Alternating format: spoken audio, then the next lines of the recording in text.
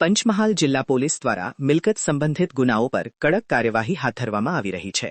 આ કાર્યવાહી અનુસંધાને હાલોલ વિભાગના નાયબ પોલીસ અધિક્ષક વિક્રમસિંહ રાઠોડના માર્ગદર્શન હેઠળ હાલોલ ટાઉન પોલીસ દ્વારા મહત્વપૂર્ણ સફળતા પ્રાપ્ત થઈ છે। Police inspector આર.એ. જાડેજા અને પોસ્ટ સબ ઇન્સ્પેક્ટર પી.એમ. સંગાડાને મિલકત સંબંધિત ગુનામાં સંડોવાયેલ આરોપી અરવિંદભાઈ ઉર્ફે કરણભાઈ રમણભાઈ વાદી વડોદરા ખાતે તરસાલી વિસ્તારમાં આજવા રોડ પાસે કિંગ ચાઇનીઝ ફૂડની લારી પાસે હાજર હોવાની વિશ્વાસુ બાતમીદાર પાસેથી માહિતી મળતા હાલોલ ટાઉન પોલીસ તથા વડોદરા ક્રાઇમ બ્રાન્ચની સંયુક્ત ટીમે રેડ કરીને આરોપીને ઝડપી પાડ્યો હતો। આરોપીને હાલોલ ટાઉન પોલીસ સ્ટેશનમાં નોંધાયેલ ગુન્હા મુજબ ભારતીય ન્યાય સંહિતા 2023ની કલમ 316(2), 316(5), 318(4) હેઠળ અટક કરવામાં આવી છે।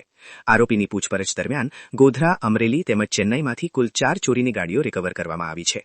પોલીસે આરોપીના 4 દિવસના રિમાન્ડ મેળવી વધુ ગાડીઓ તેમજ અન્ય સંડોવાયેલા શખ્સો અંગે તપાસ શરૂ કરી છે।